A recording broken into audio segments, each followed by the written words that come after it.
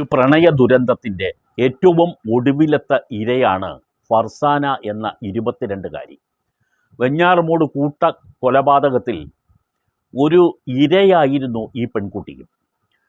ഈ കൊലപ്പെടുത്തിയ അഫാൻ എന്ന് പറയുന്ന ചെറുപ്പക്കാരൻ്റെ പ്രിയപ്പെട്ട കാമുകി ആണ് ഈ ഫർസാന. ആണ് എന്നല്ല, ആയിരുന്നു എന്ന് നമുക്ക് പറയേണ്ടി വരുന്നു. അവൾ MSc കെമിസ്ട്രി സെക്കൻഡ് സെമസ്റ്റർ വിദ്യാർത്ഥിനി കൂടിയായിരുന്നു. പഠിക്കാൻ മിടുക്കിയാണ് എന്നാണ് ഇതുവരെയുള്ള റിപ്പോർട്ടുകളിലൊക്കെ കാണുന്നത്. ആ കോളേജിലെ കുട്ടികളെല്ലാം തന്നെ നിലവിളിയോടുകൂടിയാണ് ആ മൃതദേഹം കണ്ട് നിന്നത് പോലും. ഈ പെൺകുട്ടി ഇന്ന് നമുക്കൊപ്പമില്ല. അവൾ കാമുകൻ്റെ ചുറ്റിക കൊണ്ടുള്ള തലയ്ക്കടിയേറ്റാണ് അവൾ മരണപ്പെട്ട് വീണത്.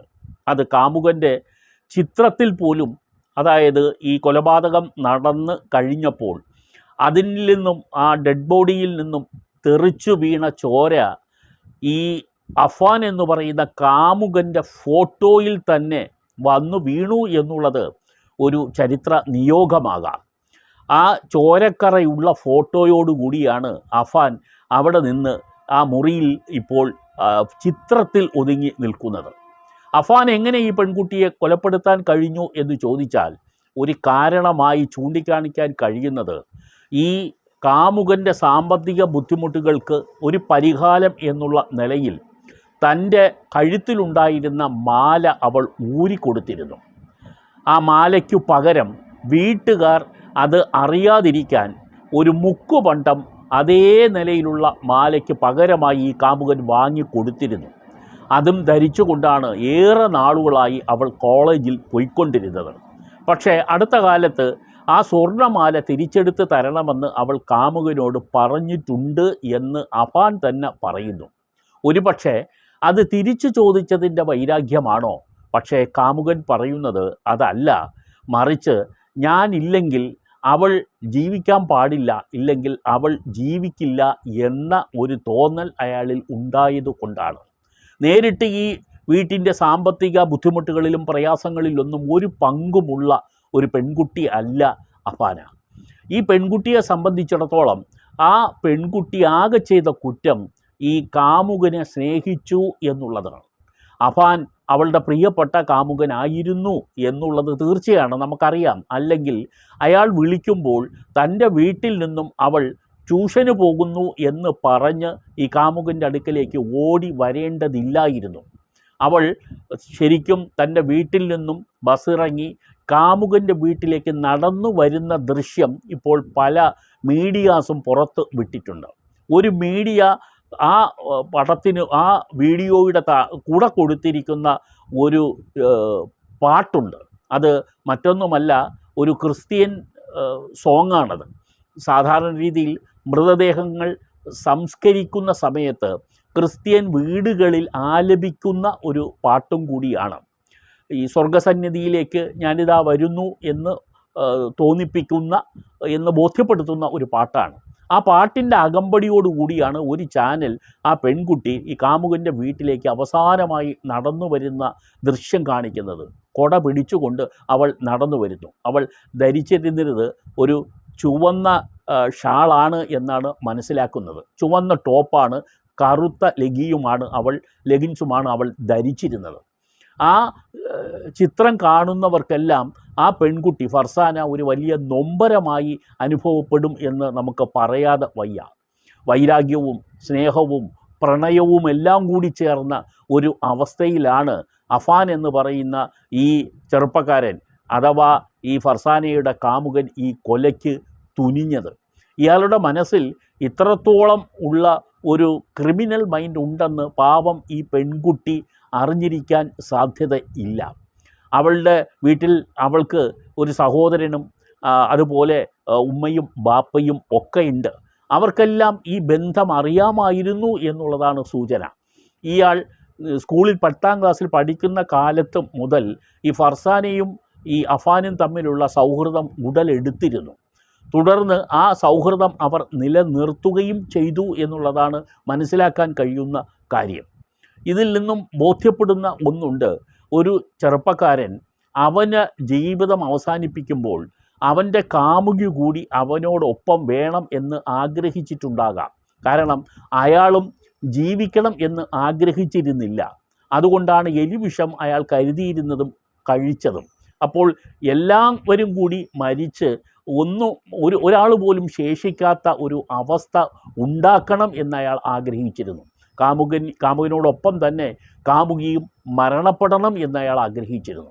ആ സ്പോട്ടിൽ വെച്ച് തന്നെ അയാൾ ആ ആത്മഹത്യ എന്തുകൊണ്ട് ചെയ്തില്ല എന്നുള്ള ചോദ്യം ഒരു ദുരൂഹതയായി തുടരുന്നു. വേണമെങ്കിൽ അവിടെ വെച്ച് തന്നെ എലിവിഷം കഴിച്ചു എന്ന് അയാൾ പറയുന്നുണ്ട്.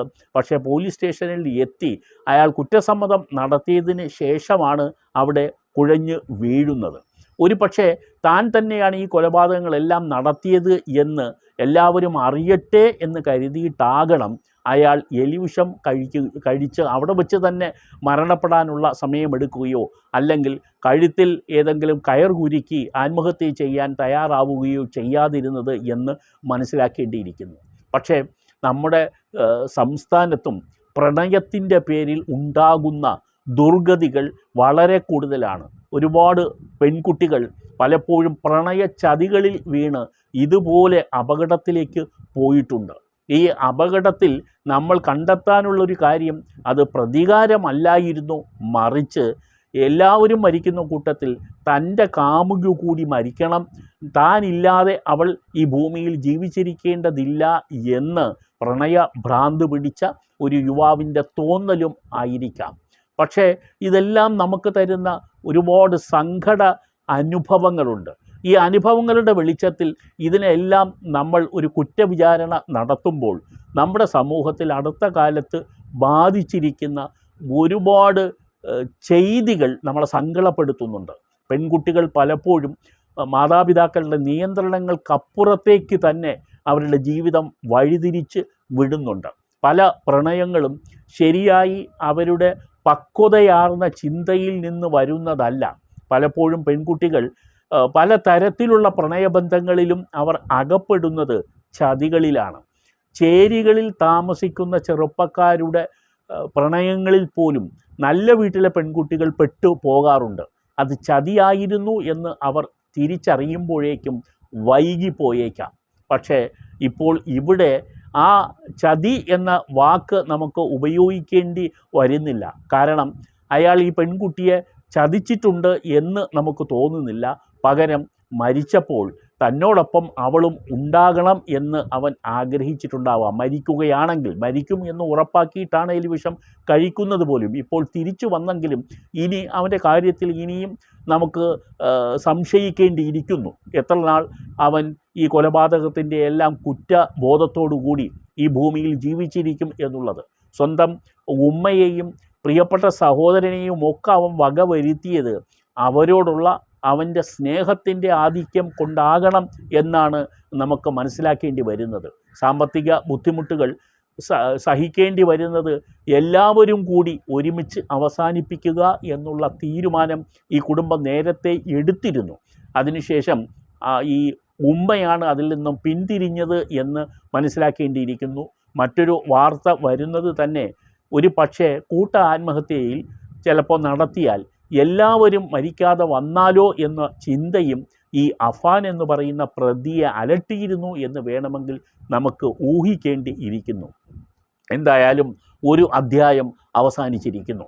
ഈ അധ്യായം നമ്മുടെ സംസ്ഥാനത്ത് മറ്റൊരിടത്തും ഇനി തുടരരുത് എന്ന് ആഗ്രഹിക്കുന്നവരുണ്ടെങ്കിൽ നിങ്ങളുടെയൊക്കെ കുടുംബത്തിൽ പേരൻറ്റിങ് എന്ന് പറയുന്ന ഒരു അവസ്ഥയെ വളരെ കൃത്യമായി നിങ്ങൾ പാലിച്ചു കൊണ്ടുള്ള ഒരു കുടുംബജീവിതത്തിലേക്ക് പോകേണ്ടി ഇരിക്കുന്നു.